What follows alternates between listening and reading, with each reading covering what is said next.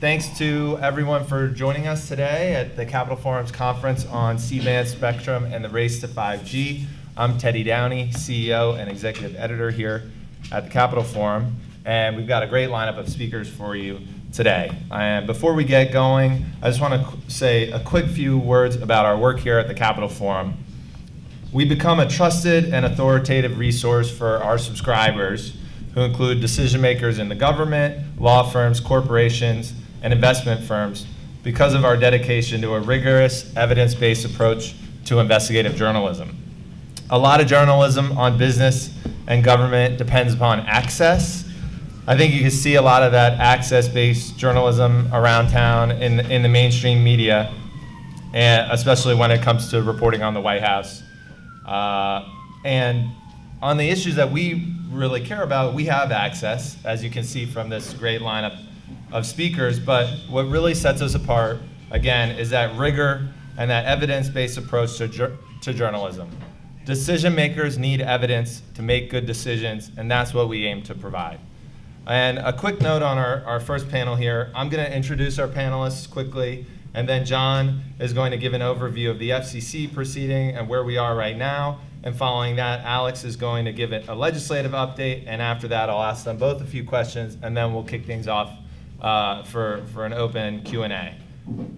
John Newer is the founder of JKC Consulting and senior advisor to the American Continental Group. He's the former Assistant Secretary of Commerce for Communications and Information, and was the principal advisor to the president on telecom policy and the administrator of the National Telecommunications and Information Administration. Also, he began his career as an attorney advisor in the commercial wireless division of the FCC's Wireless Bureau, so great range of experience here.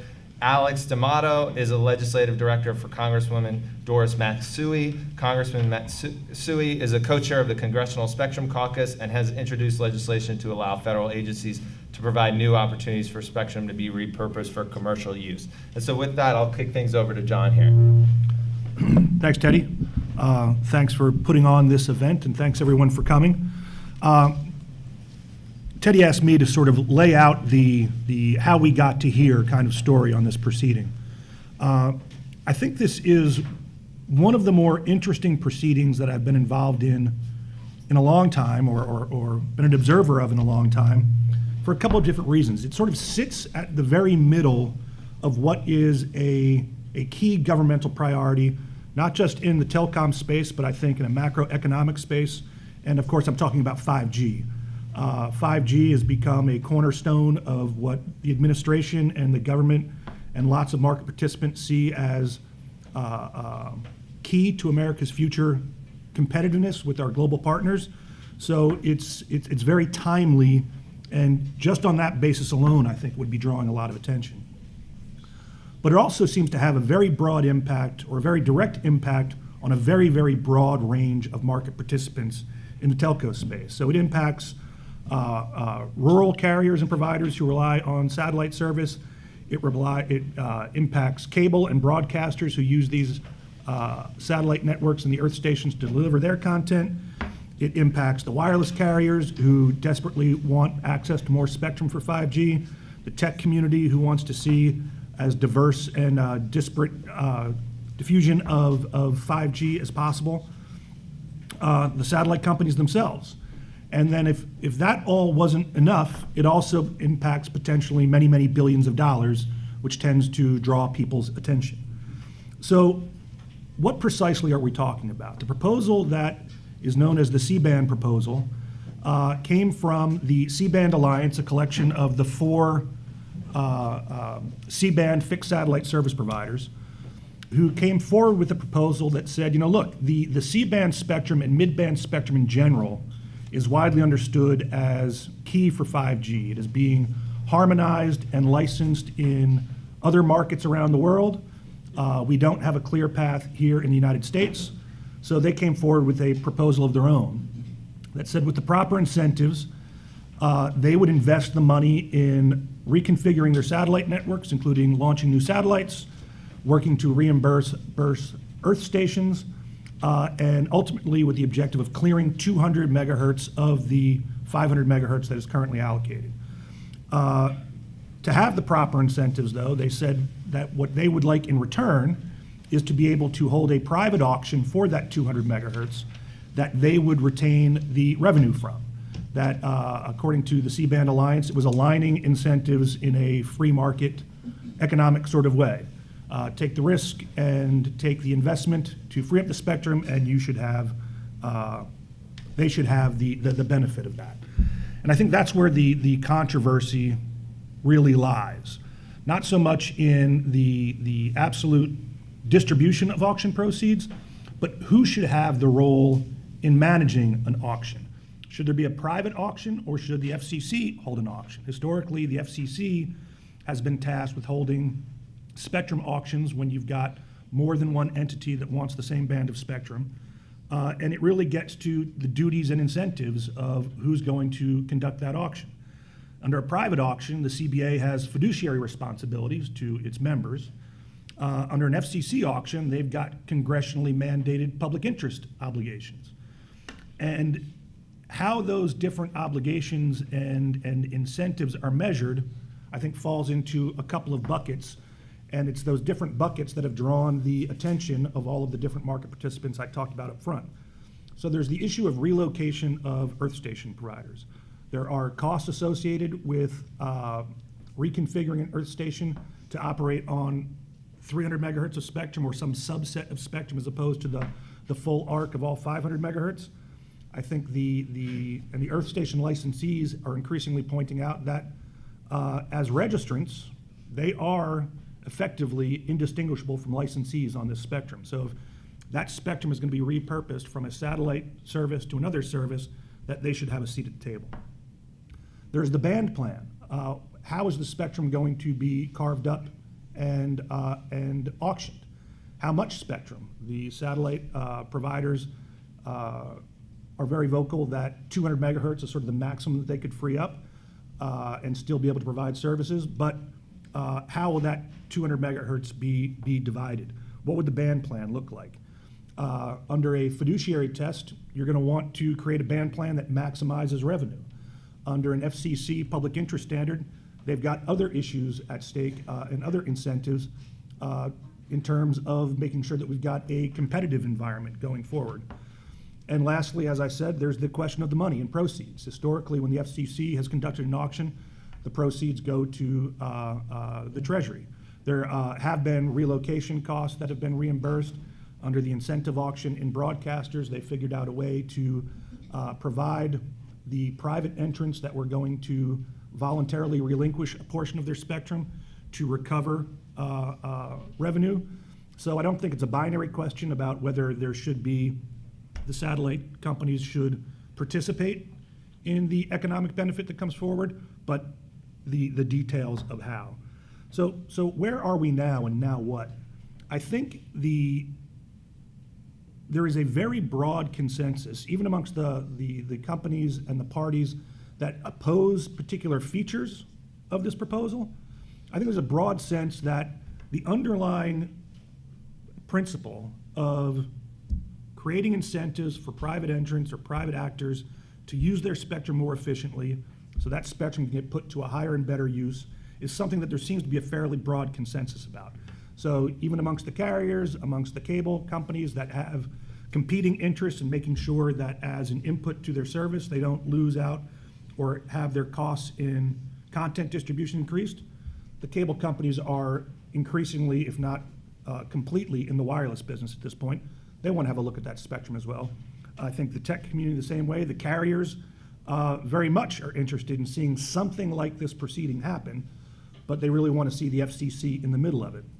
So where we are now, I think, and Alex will tell us Congress's perspective, is we're now faced with this task of how do we reap the positive features of this underlying proposal, but do it in a way that mitigates the downside and risks and the delay that can be attendant with a very contentious proceeding. So I think there is an opportunity for a lot of these issues to be resolved, either with the input of Congress or with the FCC taking a more central role in this. But I think the panels that we have coming up afterwards are filled with the parties that are going to have ideas on that. The challenge, I think, is for policymakers is going to drive all of those disparate interests to a positive outcome. Income was a bit of a slip. To a positive outcome where, like I said, the public gets the maximum benefit. Companies that are willing to take risks have the proper incentives, and other participants that are maybe ancillary to the overall proceeding are protected. So I think that sets the stage, and I'll turn it over to Alex to talk about the congressional view. Yeah, well, thank you for that great overview. I'd certainly start by saying that if you happen to be a Carolina Hurricanes fan, please leave the room now, kindly. In true Hill fashion, I didn't prepare notes, so I'll go ad lib on my comments. I prepared mine 30 seconds ago. So. We did for the both of us, right? Look, I think I'd certainly associate myself with John's comments on incentives. I think many of the folks in the room know, and for those that don't, my boss has been attempting to craft a compromise path forward, a consensus-based path forward, although some folks may take issue with that categorization. But I think, it probably isn't arguable that to achieve repurposing as efficiently and as quickly as possible, the satellite operators should serve in a role as a transition facilitator. That role, I think, as a transition facilitator could allow satellite operators to contemplate how much spectrum is made available, where it's made available, and they should, in fact, incumbent upon them would be, I think, determinations, A, that it is an efficient outcome and clears the maximum amount possible, while also demonstrating to the FCC's satisfaction that end users will be protected throughout the process, that end users will receive the same quality of service that they received pre-transition. So I think the satellite operators are well positioned to serve in that role, and more importantly, to achieve additional capacity and clear an appreciable amount of the spectrum and repurpose it for terrestrial mobile services. You're going to need to increase capacity in the C-band. So to do that, it is, I think, appropriate that the satellite operators be allowed to participate in the economic benefit of that. But that has to be balanced out with some of the public interest concerns that we all have. I think a lot of folks in the debate are comfortable with the process at the FCC of designing auctions. The process needs to happen rapidly, and I think that is the consensus-based path forward that we should all drive at. The last thing I note in the introduction is to any entities that believe that Congress is going to be in the business of accepting an outcome that Congress doesn't agree with, I think that might not be the case. So we're certainly open for discussion, but we work closely and collaboratively with our friends at the FCC. I think we'll continue to do this, and I think Congress has a vested interest in ensuring that this is both an efficient and equitable outcome. So that's So I've got a question for both of you, and this is, I don't want to come off as too cynical, but we look at power and influence. Clearly you've got public interest groups and public interest as a factor here, but there are a lot of stakeholders, a lot of business stakeholders here, as you mentioned. I'm curious, how do those all line up, and why do they line up that way? You've got the C-band Alliance, which is a lot of satellite operators in the C-band, but not all of them. You've got Verizon as a prominent supporter of the C-band Alliance, but then you have T-Mobile on the other side. You've got the public interest groups weighing in. You've got Dish. You've got DirecTV. You've got all these other stakeholders. How should we be thinking about where all these stakeholders are, why they're aligned in such a way, And are they I mean, how are they lobbying? And you know, you mentioned this compromise proposal, but I'm curious how busy you've been, you know, handling all these lobbying interests. So, I mean, you know, that's something that I think both of you can kind of discuss. Sure. So I think as I said at the outset, and as you point out, there's a huge array of market participants who have an interest in this. But from my perspective, there's very few voices saying, don't do it.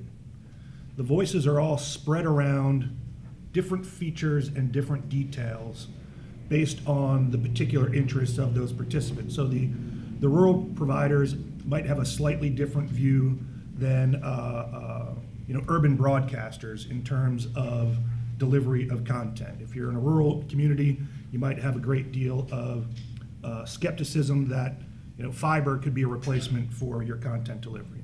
You know, the carriers have, even the wireless carriers, you point out, T-Mo and Verizon may have slightly different views from their own perspective.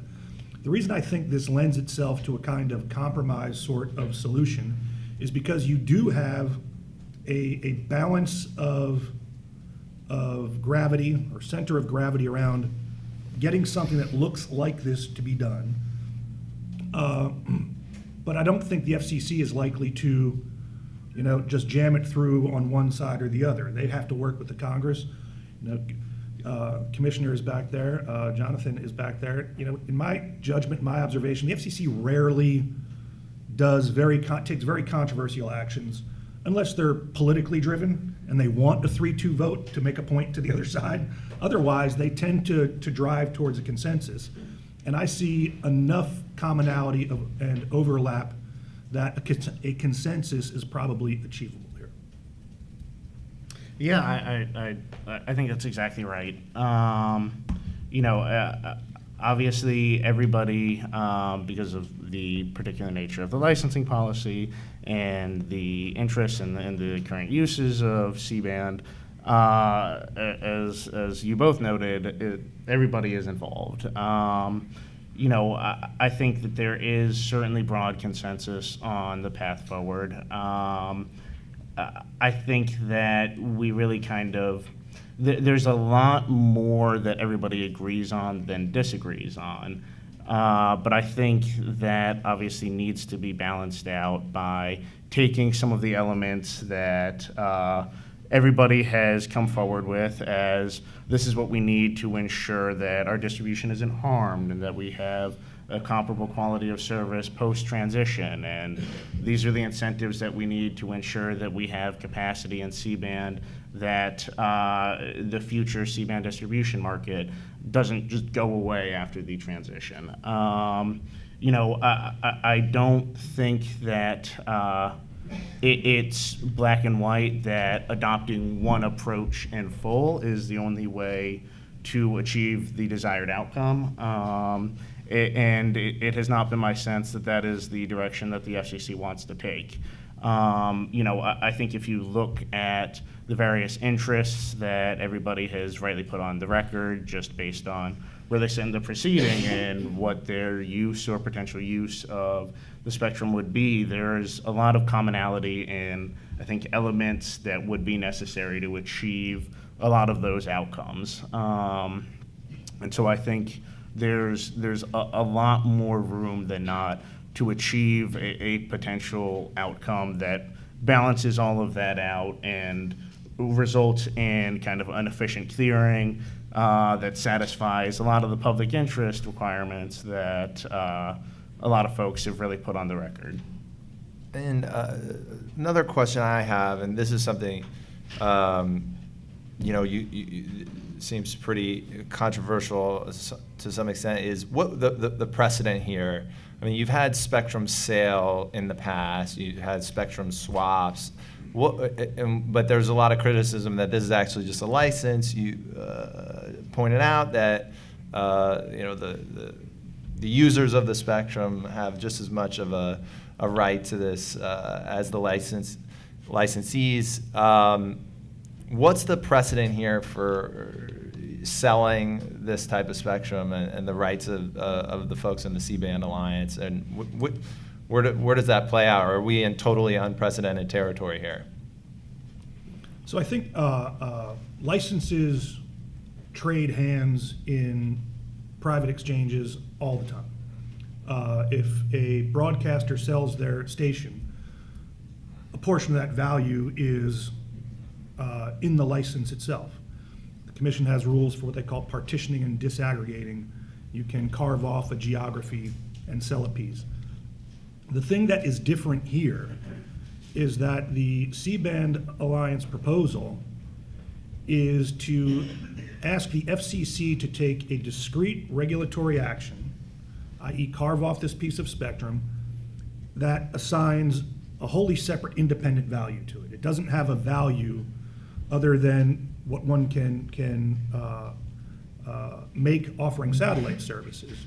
So I don't know of another proceeding where the FCC, like I said, a discrete portion of spectrum is isolated. The FCC takes an action to change its authorization, which creates value without the FCC taking part in that auction. So I think that's the distinction here. Doesn't mean, as Alex said, that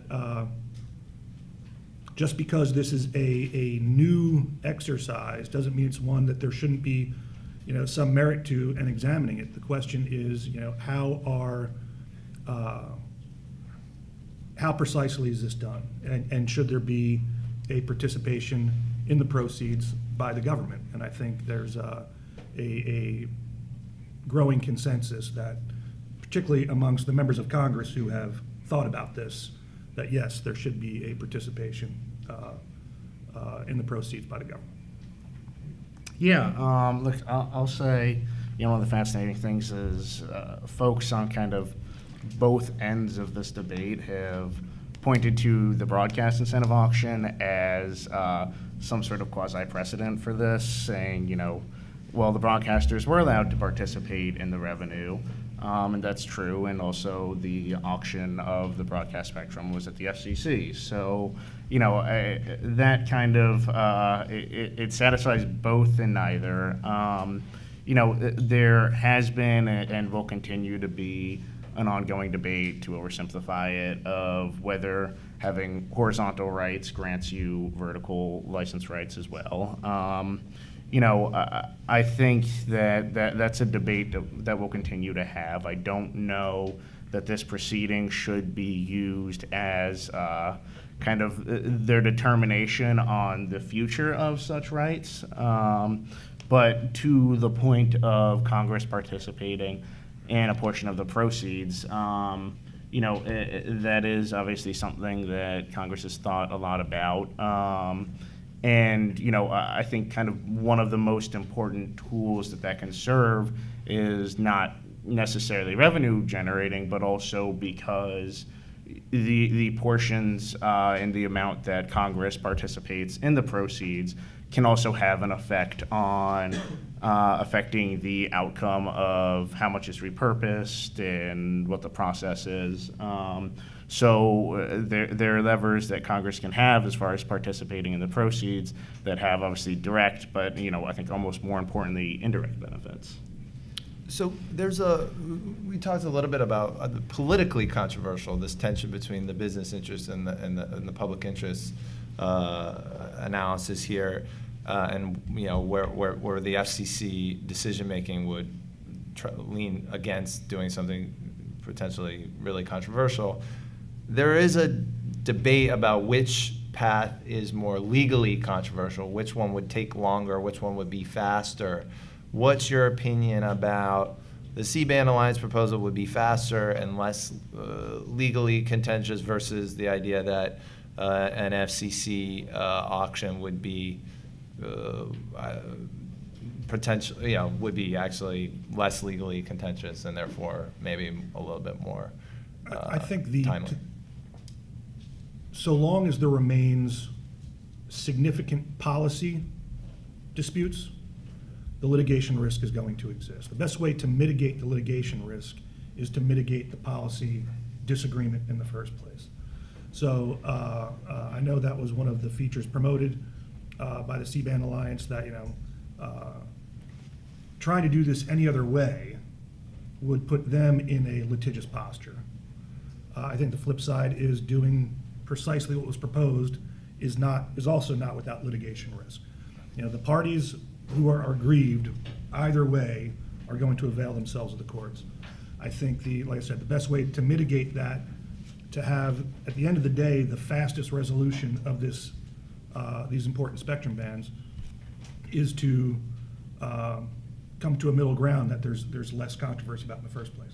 Because the policy disagreement before the FCC will extend into the courts no matter what. So the less disagreement there is at the FCC, the less opportunity there is for litigation. Sure, I think that's exactly right. There's arguments on every side about who will sue and whether the FCC has standing to modify licenses, whether the CBA has the authority to do exactly what they are suggesting that they want to do. Kind of never mind the satellite operators that aren't necessarily part of the CBA. But I think what is unequivocally true is a consensus-based approach, perhaps pursuant to a legislative effort, will probably be the least litigious path forward. Do you think we end up with legislation here? I mean, that passes and it kind of sets the Well, I groundwork? don't. Yeah, sure. So I don't know. If the FCC is able to achieve a consensus-based path forward, I don't think we need to pass legislation before the FCC acts. I think the FCC could have discretion to do that. Whether we would ultimately need to pass a statute to kind of clear up any additional hurdles, to be determined. But I think, certainly a consensus-based path forward that is the basis for FCC action will be the most likely way that you resolve those issues. And to the degree that action is done kind of pursuant to one polar end of a proposal, you are inviting legislation from somebody who is going to be opposed to your interest rather than seeking a path forward. And I don't know that that's a productive outcome for anybody. And in terms of hearings, are there any plans for hearings, or do you see a timeline for any hearings on this? I'll punt on that a little bit. Yeah. Congress is certainly involved and is interested in ensuring that there is a consensus-based, efficient path forward. Okay, great. I have more questions myself, but I want to open things up to the audience. Do we have any questions in the audience here? JP? JP with DLD Asset Management. You mentioned the legislation that you and your boss are working on. You also mentioned several times that you thought that there was a consensus emerging. So could you just provide a little bit more detail on where you think you're headed, what you would like to see, and then I guess overlay that with the comment that you just made at the end, where Congress doesn't necessarily need to act before we see what the FCC Sure. So what I meant more by the last bit is the FCC can, say there is a path forward potentially in legislation that arrives at some sort of consensus. I think the FCC could begin the process of moving forward on their proceeding without Congress needing to actually pass that into law on the front end. Some of the kind of legislative efforts are also subject to private negotiations. So, but as far as kind of crafting a path forward, as I kind of discussed at the opening, I think there's broad consensus that the satellite guys, a first best shot certainly is having the satellite guys be front and center as a transition facilitator and allowed to make determinations on how much spectrum is cleared, and ensure that balances out the need to ensure that end users are protected through the process and after the implementation of any sort of transition plan.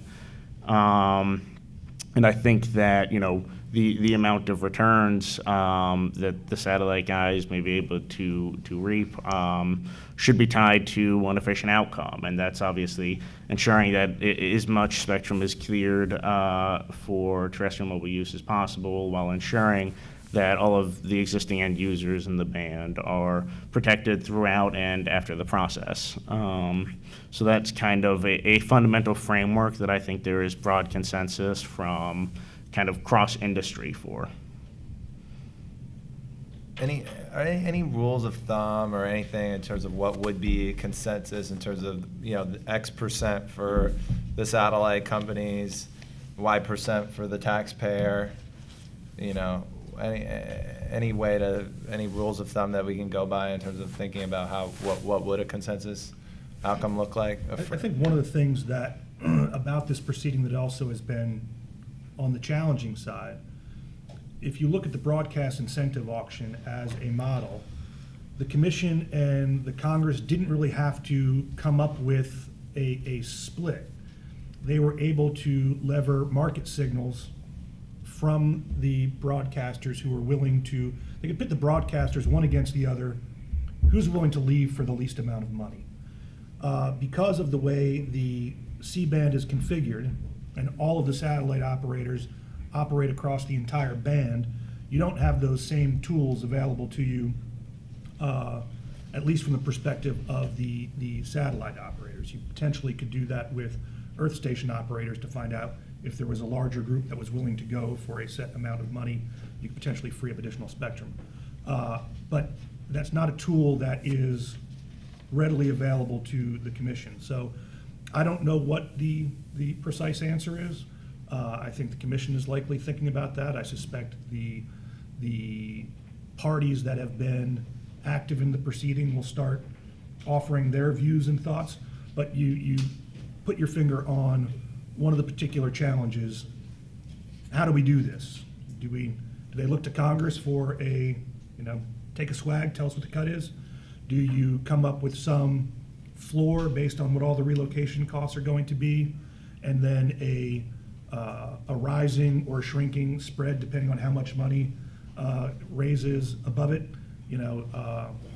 That's one of the things people are going to have to think about. But I think the idea that, well, we're having a hard time thinking about it, so the answer is 100%, is something that has lost, is not super popular with Alex anyway.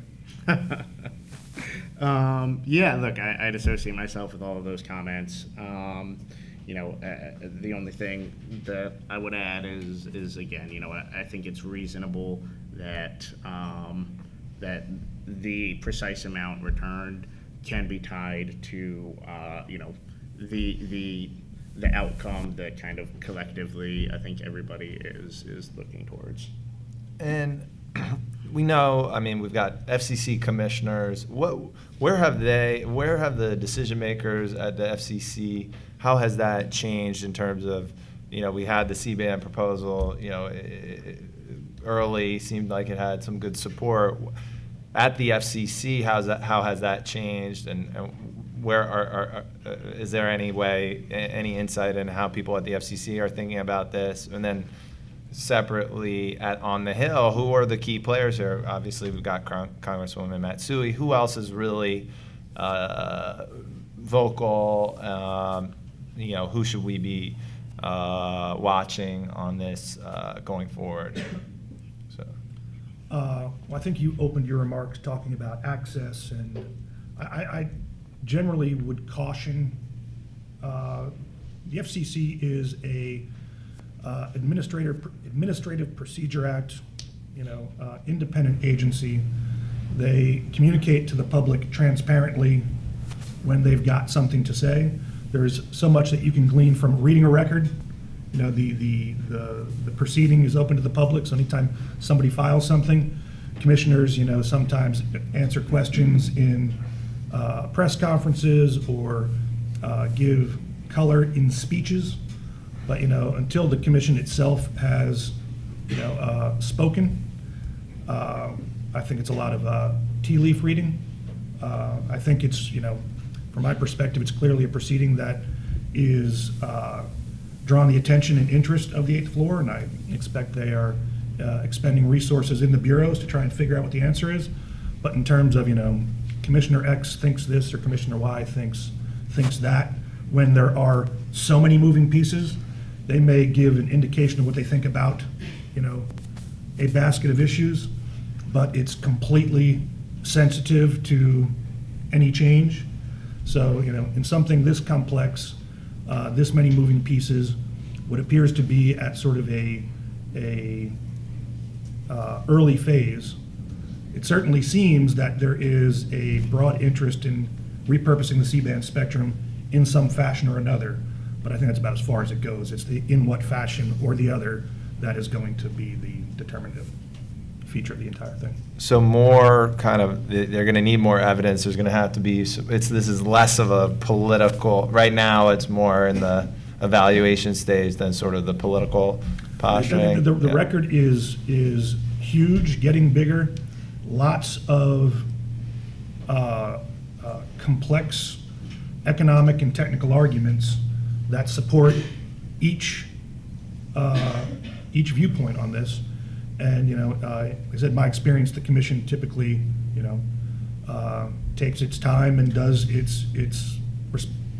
responsibly evaluates all of that. But there's a lot for them to be evaluating right now. Does the House, potential for House oversight make it even less likely that you're going to see a controversial political decision, or do you think that doesn't play a factor? Look, I don't think, again, I would not endeavor to speak for anybody at the commission or anybody else in Congress. What I would say is, again, kind of as I opened with, I think there's broad consensus for a lot of the goals that everybody wants to achieve. Reasonable minds have differed on exactly how to get there. But I think right now, most folks are still doing their best to figure out exactly what that looks like and how. I believe Congress will have a role to play, but, beyond that, I think everybody is trying to achieve those dual outcomes that I discussed. In terms of, members, without going into where they are, we wrote about Congressman Cicilline. Obviously, he's on the antitrust subcommittee. There is some competition, elements here in terms of this policy. Obviously, Congresswoman Matsui, the Spectrum Caucus. Who's been vocal? Who is going to dig into the weeds here? Who is going to be a big factor on the Hill? Sure. Again, I don't want to speak for anybody else. Again, as John, I think, very aptly highlighted, and what I would agree with is everybody has an interest in achieving, I think, a consensus path forward. I think that's the best shot we have at clearing this up. What member may or may not say this or think this or that. A lot of that often is kind of driven by where the cards fall. The best shot that I think we have is at achieving a kind of a compromise, somewhat approaching consensus path forward. So the more controversial, the more members will be up in arms. The more consensus, the fewer that will have a problem. Okay, well, we've only got a few minutes left. Any other questions in the audience here? This is the lead. I thought we were going to have hands up all over the place. So There's one over there. okay, in the corner here. I came a little bit late, so if this was already touched upon, sorry. But I'm Chrissy Mason from the WISPA Wireless Internet Service Providers Association, and we are primarily concerned with rural broadband. I was wondering if Alex could kind of elaborate on his, I don't know if you touched upon this at some point, but your ideas for rural broadband within your proposal, and other general ideas how CBand can be used to actually service rural Americans. Sure. Two answers. I think one is there are a lot of kind of regional and rural wireless providers who I think would want me to be clear on the fact that they are eagerly serving rural America and want to continue to do so with current and next generation services. I think there's an important role that fixed wireless plays in rural broadband. Obviously, as some of the coalition members have been contemplating, is whether there's an opportunity for point-to-multipoint services and whatever portion of the band remains unclear. There certainly is potential for an outcome that that there is an opportunity, putting aside kind of licensing structures in the existing band, of some sort of database solution that allows kind of multi-point use and subject to kind of exclusion zones, et cetera. There's obviously a role to play in the adjacent spectrum. 4.2 to 4.4 is nationally and internationally reserved for radio altimeters. Civil and military aircraft have an interest in that kind of the issues surrounding that band. I'm sure John is familiar with it and dealt with. I think there's certainly an opportunity for the potential to facilitate multi-point use. Obviously, there are kind of competing interests and concerns that we need to satisfy.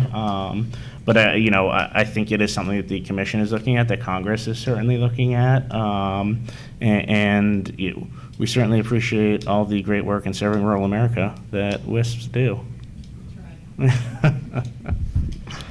So, any other questions? I have a question about timing. We've seen the timeline. This was moving pretty rapidly when it was first proposed and kind of got into the FCC bloodstream pretty quickly, but it's subsequently run into some controversy and some delay. What's the timeline that we're really looking at here? Hard to predict. The FCC, when it comes to a fairly agreed upon approach, can move fairly rapidly. But I think there needs to be a degree of realism about the timing in which this spectrum ultimately makes it into mobile devices. If a proposal like this ultimately goes forward, the C-band Alliance and the C-band carriers are going to have to reconfigure their networks, including launching satellites. That takes time. There's work needs to be done on the Earth stations. It takes time. There's standard setting that goes into making this spectrum part of the standards that allows it to get put into chipsets to get into phones. I think part of the reason that it's important to always keep pressure on spectrum policy is because there is this lag time between identifying a new band and getting it put to productive use for consumers. So I think there should be a sense of urgency because this is important, but a difference in the regulatory outcome of 9 or 6 months from the most aggressive timing to a slightly more time-consuming plan, if to the extent that you consume more time, you mitigate litigation risk. I don't think a 6 or 9 month delay on the front end does not necessarily translate into a 6 or 9 month delay on the back end in terms of the spectrum actually being lit up, because there are these other things that have to be happening in parallel to clear the spectrum and to get it, like I said, into the 3GPP standards so it can get into phones. So not a very satisfying answer. No, that's helpful. So just in terms of us watching this, what other agencies? We got the FCC. What other, can they do it all on their own, or are there going to be other agencies, Commerce, NTIA, other technical aspects of the government? I mean, we obviously cover a lot of competition policy over at DOJ. Is there going to be, you think there's going to be collaboration with other agencies here that's going to be necessary to make this all happen? And look, I think there is a macro whole government objective that's pretty bipartisan. 5G is super important. This is going to be a cornerstone of our future productivity gains and competitiveness across the entire economy. So, I mean, 5G touches agriculture, it touches infrastructure, it touches, anything that you can think of. So, those other elements of the government, I don't think necessarily are going to be getting down into the weeds on how you do this, but they're going to be keeping the pressure on, get it done, and get it done in a way that does as much good as possible and mitigates harm, litigation risk, other disruptions that would could potentially, undermine the whole purpose of the proceeding in the first place. Okay, great. Yeah, no, I as is my theme for the day, I'd associate myself with those comments. All right, well, thank you so much for joining us. This was a great, really interesting conversation.